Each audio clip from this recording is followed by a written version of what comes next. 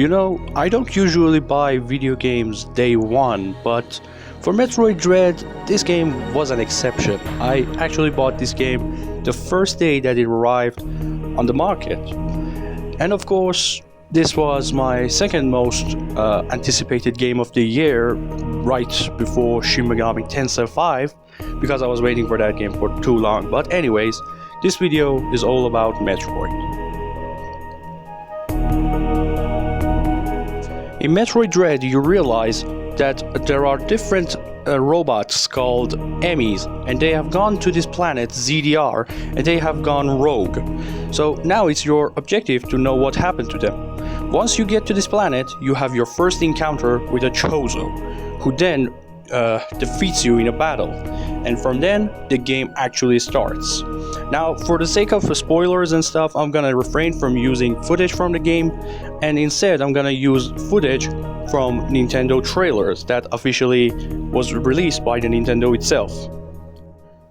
At the beginning of the game, as expected, you don't have any abilities. Instead, you just have to go to different areas and find your abilities, just like the old Metroid games. If you have played Metroid Samus, you know the build-up for this map. There are different locations in this game that you can reach by using elevators or teleportation ports. Now, the gameplay, of course, is the most important part of this game. The gameplay in this game is fantastic. There is that slick feeling into the movements of Samus, that you know that all the time Samus will do what you ask of her. This time around, I had no problem with the double jump. I had no problems with the, let's say, wall jumps. So it was a great thing. And of course, most of their abilities from previous games like Super Metroid and Metroid Fusion are also in this game. Now, when it comes to the story of Metroid series, I'm not a veteran, but this game actually had a very good story. It showed me the stuff from the past in the planet ZDR. It showed me a deep lore of Chozos, which of course I'm not gonna mention because it will consider it as a spoilers, and I want people to experience them for themselves. Now let's talk about the game's combat. Of course, the combat is very similar to Metroid Samus Return, although I'd say it's more refreshed and more evolved.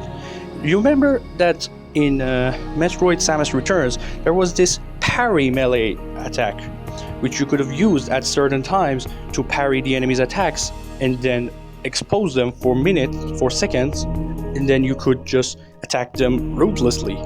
Well, that ability here is the best thing that you can use in the entire game. The fast-paced flow of the combat relies heavily on reflecting the enemy attacks, and of course there are multiple boss fights which you need to reflect your attacks to be able to expose them. And speaking of the boss fights, I know that there are lots of criticism going for this game for the boss fights, and let me say you, those criticisms, some of them are really unfair. Of course, a Metroid game is supposed to be challenging. You are not supposed to just breeze through the game, there's supposed to be a challenge for this series. And of course, the boss fights in this series, in this game, is so challenging. Some of them require you to be reflecting your attacks at certain times, and if you fail, of course, your health is gonna drought very fastly. Some of them are bullet sponges and they attack you and your health will deplete very fast, but that's all in the challenge of the game. The game is actually quite fair. Now, if you have played Super Metroid or Metroid Fusion or Zero Mission, you know the level design is complicated in this game. But I'm glad to say that it's not as cryptic as previous games in the series like Metroid Fusion. This game actually is pretty easy to understand and anyone can play this and enjoy it.